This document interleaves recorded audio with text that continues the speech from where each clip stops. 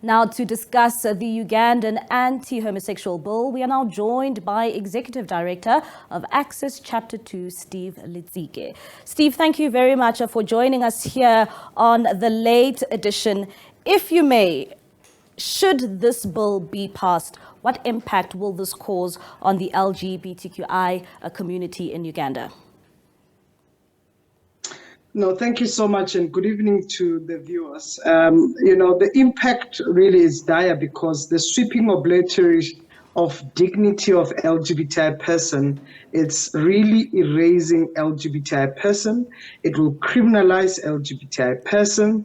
It will also suggest that a whole complete socio-economic and prosperity of LGBTIQ persons in Uganda will not exist. Their families will lose their own children, but also it means that the citizens of Uganda, by allowing this law, it means that Uganda on its own, it's even undermining its own obligation at the national, regional, and international.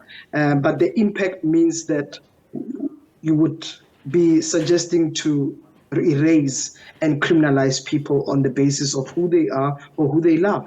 And if you could just paint a picture for us, Steve, on the continent, how dire is this situation, especially zooming into the oppression of the LGBTQI community?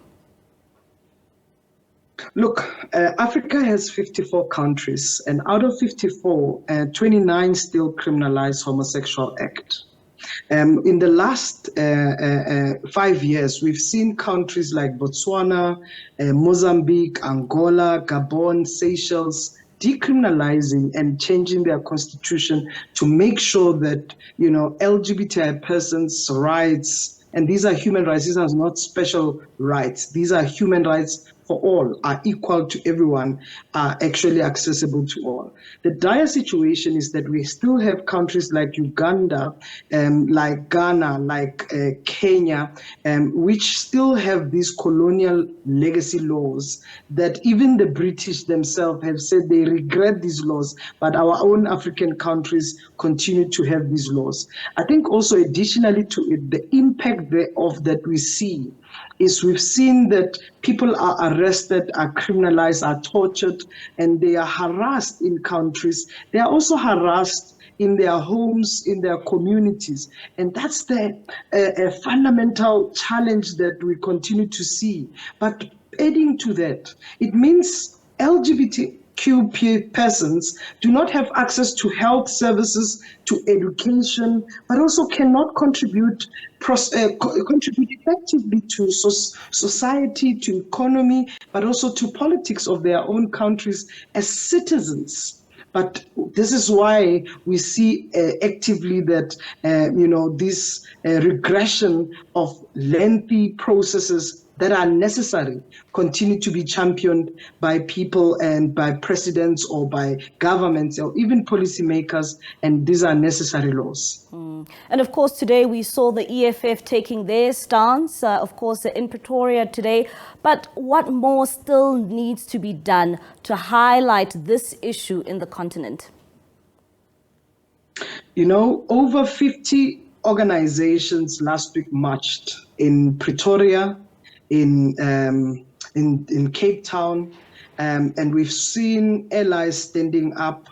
What EFF has done is no special edition. We want allies to stand up. We've seen ANC joining the march last week. We've seen other political parties, even outside, and even other governments standing up. We want to see more allies standing up, and not only just as an act or as an event. They must actually actively be there to diplomatically use their own power, use their role in African Parliament, use their role in the African Union, and use their role in the African Commission on Human and People's Rights.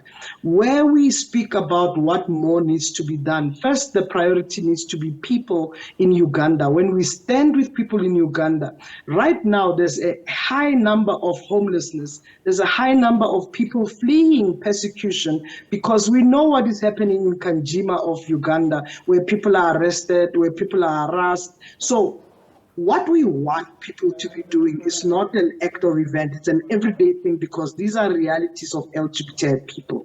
Where should people go? How access to services or treatment, or how do we make sure that people are safe?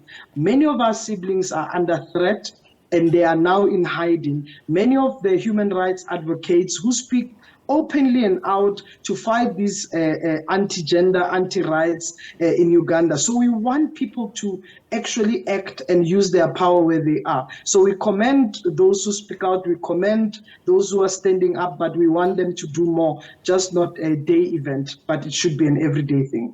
All right, thank you very much. That is indeed Steve Letsike. He is from Access Chapter 2, speaking out in terms of what we have seen today with that protest by the EFF, but also saying there just last week in Pretoria, there was another march where many organizations taking a stand, especially when it comes to this anti-homosexual bill.